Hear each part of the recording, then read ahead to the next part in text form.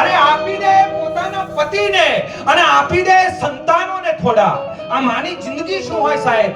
એક બાળકનો કદાચ કંપાસ ખોવાય ને તો એ માને પૂછે કે મમ્મી મારો કંપાસ ક્યાં છે. એક પતિની કદાચ કોઈક વસ્તુ ખોવાય ને તો એ પત્નીને પૂછે કે મારો પટ્ટો ક્યાં છે, મારું પર્સ ક્યાં, મેં કાલે મૂકવા આપ્યું હતું. આપી દે થોડા પતિને અને આપી દે સંતાનોને થોડા. આ માં સ્વયંને જીવવા માટે ક્યાં એકેય વર્ષ રાખે છે. આપી દે એ થોડા પતિને અને આપી દે સંતાનોને થોડા. આ માં સ્વયંને જીવવા માટે ક્યાં એકેય વર્ષ રાખે છે.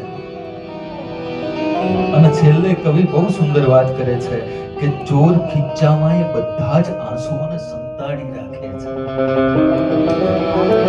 આ માં જે છે ને એ એના આંસુડાઓને દેખાડે નહીં સાહેબ. ચોર ખીચામાં એ બધા જ આંસુઓને સંતાડી રાખે છે. માં પાપણની પાછળ એક એવું પર્સ રાખે છે. ચોર ખીચામાં એ બધા જ આંસુઓને સંતાડી દે, માં પાપણની પાછળ એક એવું પર્સ રાખે છે. અને દીકરો કદાચ નપાવટ હોય સાહેબ, દીકરો કદાચ કપાતર હોય, એ માનું માને નહીં. એની માટે કદાચ રોજ પોલીસ સ્ટેશનના ધક્કા ખાવા પડતા હોય ને, એની માટે કદાચ પોલીસ સ્ટેશનની અંદર હાજરી પુરાવા માટે જવું હોય, પણ માં જે છે ને દીકરાને ક્યારેય અભિશાપ ન આપી શકે. મેરે ગુનાહોं को वो इस तरह धो देती है, मेरे गुनाहों को वो इस तरह धो देती है. माँ जब गुस्सा होती है ना तो रो देती है. मेरे गुनाहों को वो इस तरह धो देती है. माँ जब गुस्सा होती है तो रो देती है. કવિ દુલાભાઈ કાગની માનું જ્યારે મૃત્યુ થાય અને કવિ દુલાભાઈ કાગ જે છે એ ભાવનગરના મહેમાન છે અને ત્યાં કાગ બાપુને ખબર પડે કે આપના માતૃશ્રી ગુજરી ગયા છે. તાબડતોડ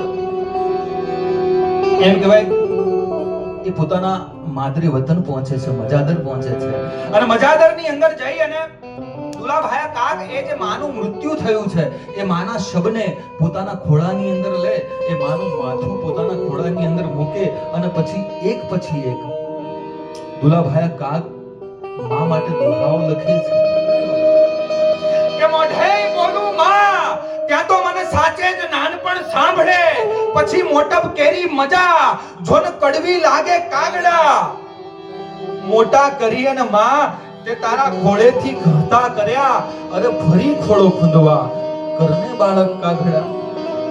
અને ગિયાય માસ ગળે જેની હાડે હેવાયા કરે, પણ જેની માતા જાય મરે એને કેમ વિહળીએ કાગડા.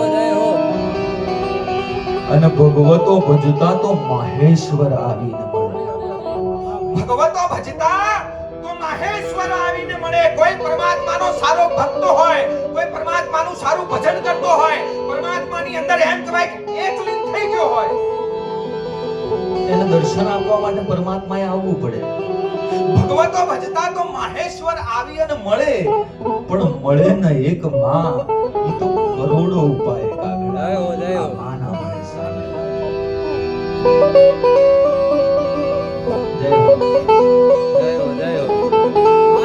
અને મોતે નાડું માંડ્યું ને જમઝડાફા ખાય.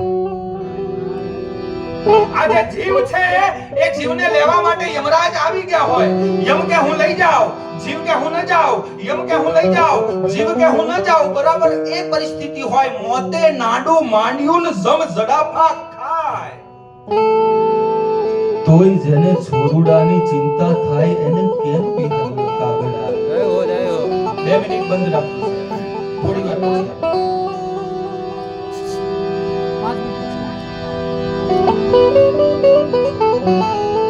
અને ગયા ધમણે શ્વાસ ધમાય અને ગટડામાં ઘોડા ગમે.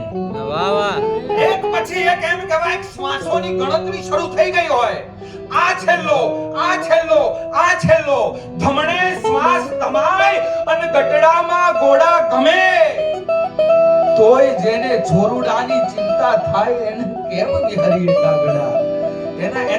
એના મગજનો તમે ફોટો પાડો ને સાહેબ, એના મનમાં એનો પરિવાર જ હોય, એના મનમાં એના દીકરાઓ જ હોય.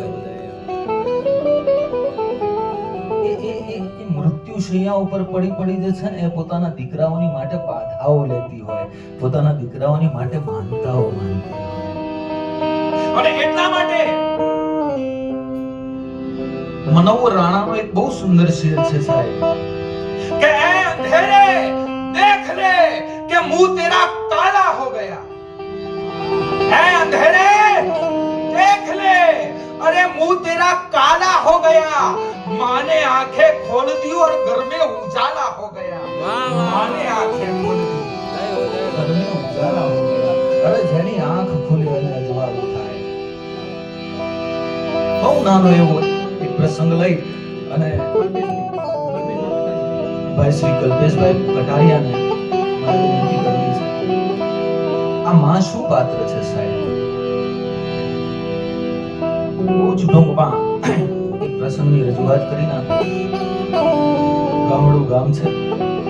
ગામડા ગામની અંદર એમ કહેવાય કે કાળિયા ઠાકરનું મંદિર રોજ સવાર થાય અને પૂજારી જે છે એ મંદિરની અંદર આરતી કરે, ઢોલક લઈ અને એ પૂજારી કાળિયા ઠાકરની હા ચા આપી દે. કાળિયા ઠાકરની આરતી કરતો હોય, એમાં મંદિરની બાજુમાં એક બકરાનો વાડો છે.